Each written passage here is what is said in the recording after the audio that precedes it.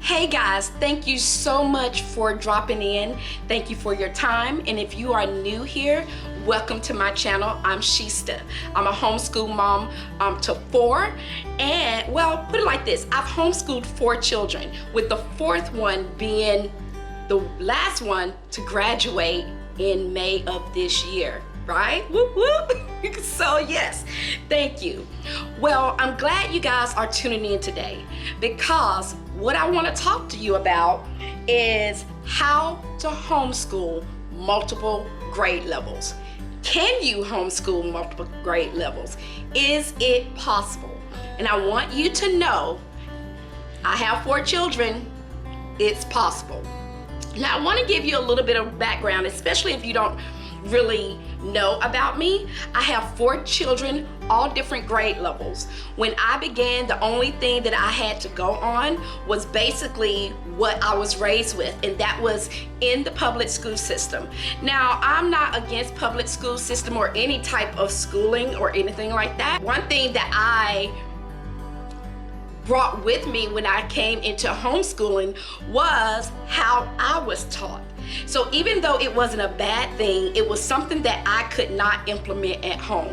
And guess what? I tried to implement it. I seriously did. I tried my best to implement public school at home. So what did that look like for me? Well, my children had desks, which is not a bad thing, okay? But they had desks. They had their school books.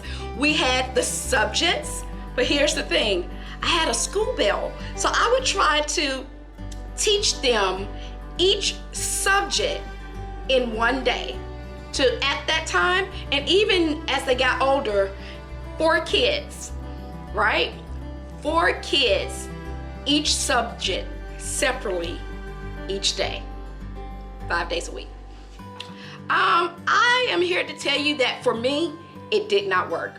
It truly did not work. So what did I do and what did I use to change my thinking and to change the way I was teaching? Because I'm telling you, by the time that I was at the end of the day with my kids, I was burnt out. They were burnt out. I was frustrated and they were frustrated. And you know what? Sometimes if the mom is frustrated, most of the time, everybody else is frustrated. So something needed to change. Well, a friend of mine years ago came to me and said, hey, Shista, I want you to look at something and give it a try. Well, she understood the struggle I was having, right? And so she gave me a book that was about this thick. And when I say this thick, yes, telephone book. It was that thick. Now, when I say telephone book, if you remember, here I'm telling my age, if you remember the Bell South telephone yellow pages and white pages, it was that thick. And so that's what she wound up giving me. And I looked at this book and I was like, oh, thank you so much. And you know what? It went onto my shelf. Because at that time, I really wasn't ready. I was still, I was not new to the game, but I was new to opening up to other things because, hey, I'm trying to do what worked for me. But no, I couldn't do what worked for me. So one day, I say about 6 months later, I picked up the book that she gave me and I went through it. I opened it up and I was like, this is really good. I read something new that stuck out to me, and it was something about unit studies. And that's what started me on this path of teaching multiple grades all together. Now you may be asking me, what are unit studies? Well, unit studies is just a path of learning or a path of teaching where you start out with one theme or one subject. And from that one thing or one subject, you are going to branch into multiple sub-subjects. So for instance, let's say I want my kids to study Kings and Queens, which is something we actually did. So we studied Kings and Queens. That was my foundation right there.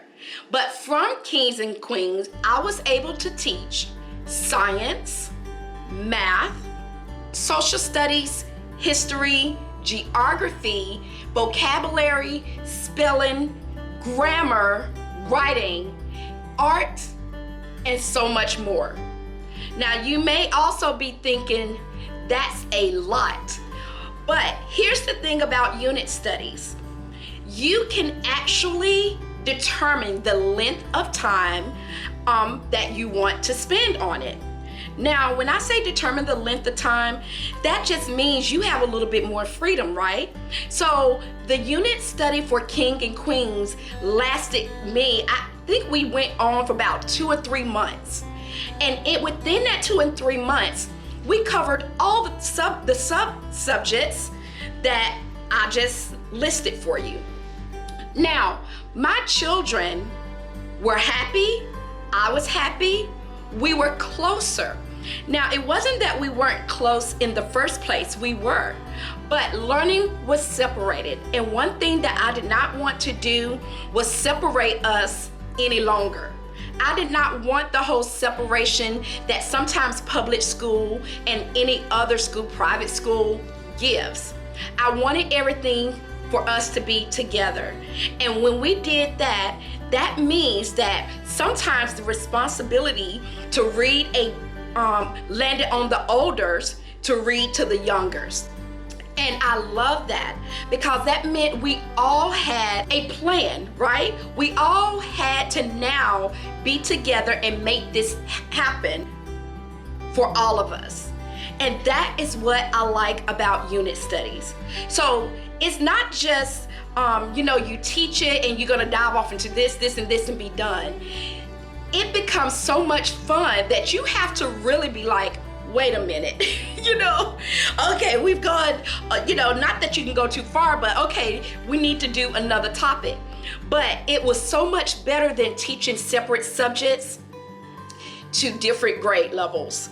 And with a family of 4, it brought us that type of unity and that type of freedom. It gave us opportunity to get out and experience the world around us. How many times do you sometimes, get caught up into teaching and yet you do not leave the house? This will help you to leave the house because now you are in control.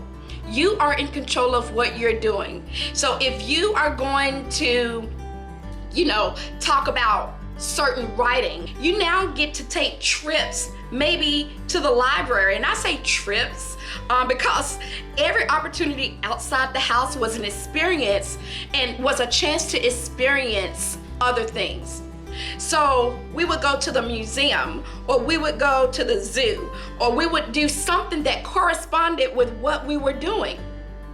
And not only that, we were able to invite others in. And I say that because we actually, with the unit that we did for Kings and Queens, we actually had a King and Queen birthday party for my middle daughter. And so we took her learning into her birthday, which she wanted, and it was awesome. People dressed up, my boys were knights, my husband was a king, I was a queen, she was a princess. I mean, we did all kinds of stuff. And the thing is, we took it that far because they wanted to take it that far. And when we did that, that was like the end of the unit for us. It was like a congratulatory party of doing all of those things. And they learned so much, way more than what they could have gotten if I had stuck to the plan of teaching my children every single subject separately. So homeschooling allows you the freedom to choose, to pick and choose what works for each family. Maybe you know about unit studies, and maybe you've already decided that it's not for you, that it's too much work. Well, here's the thing. When I had started, the only thing that I knew was what had been given, and I'm not sharing it because I'm going to share it in another video, but the only thing I knew it was what we had been given, and that I had to go out and choose the books and things like that. So it did take some work. But here we are in 2020, and homeschooling and the way we homeschool has like gradually just changed. I mean, you can take a trip around the world with the click of a finger. You can experience how things are made with the click of a finger. So far, I mean, right now, today, you have the world at your fingertips, and you can make unit studies come to life. So, all in all, unit studies are a great way to teach multiple grades. No matter if you have a kindergartner, preschooler, or a high schooler, it's a way to teach those multiple grade levels, bring families together, experience, and have freedom. So, how do you implement a unit study?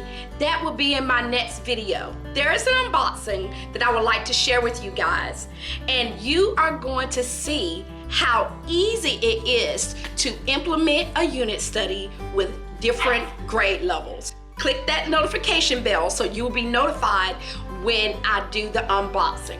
Well, thank you so very much. And if you have any questions or comments, please put that down below, and I will try my best to answer each and every comment that I get, or each and every question that I get as well.